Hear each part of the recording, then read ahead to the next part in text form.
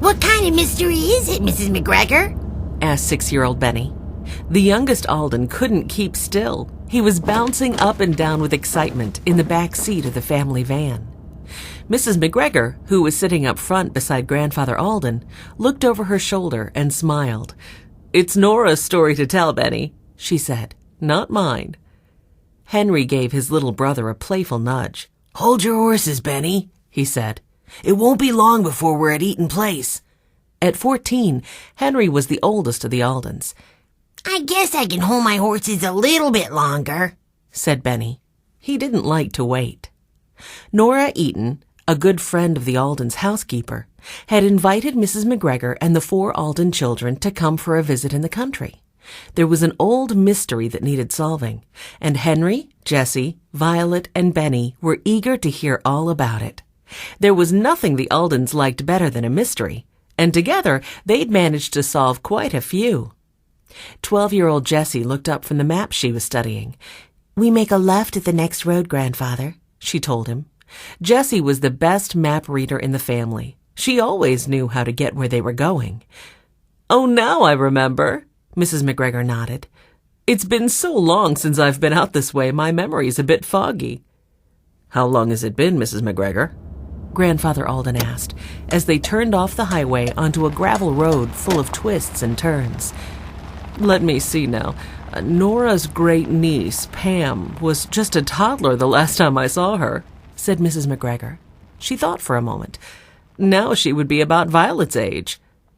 At the mention of her name, 10-year-old Violet turned away from the window. "Will Pam be staying with her great-aunt Nora all summer?" she wanted to know. "Oh, I imagine so," Mrs. McGregor answered. "She usually does. You see, her parents own an antique store in the city. They spend their summers traveling all over the country hunting for treasures." Benny's eyebrows shot up. "Treasures?" "Interesting old things to sell in their store," explained Mrs. McGregor. "They stop at every flea market and swap meet they can find." Well, that sounded like fun to Benny. "Why doesn't Pam go along?" "Travel can be tiring," put in Grandfather, who often went away on business. "Yes, indeed," agreed Mrs. McGregor. "I imagine Pam would much rather spend her summers with her great-aunt Nora." "Well, that makes sense," said Henry. Mrs. McGregor went on. "When Nora and I were young, we loved exploring Eaton Place, all the fields and the streams and the woods. The property's been in the Eaton family for a long time. As a matter of fact," she added, "Nora's putting together a history of the Eaton family. She even hired a college student to help with the research." "That must be interesting," said Jessie. "I'd like to put together a history of the Alden family sometime." Benny tapped on his sister's shoulder to get her attention. "Don't forget to mention Watch, Jessie," he reminded her.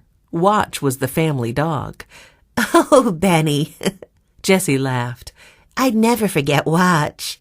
"How about our boxcar?" asked Benny. "I'd never forget our boxcar either," Jessie told her little brother.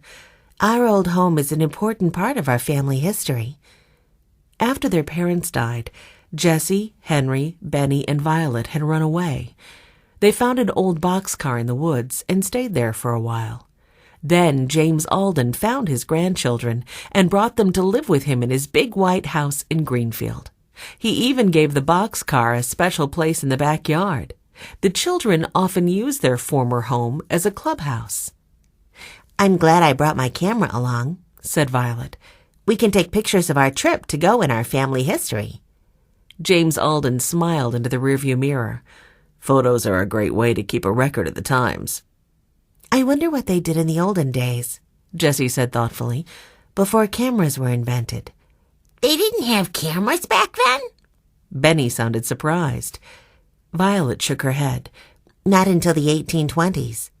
Violet knew a lot about photography. It was one of her hobbies. "You're becoming a real expert, Violet," said Henry. "Thanks, Henry," Violet beamed.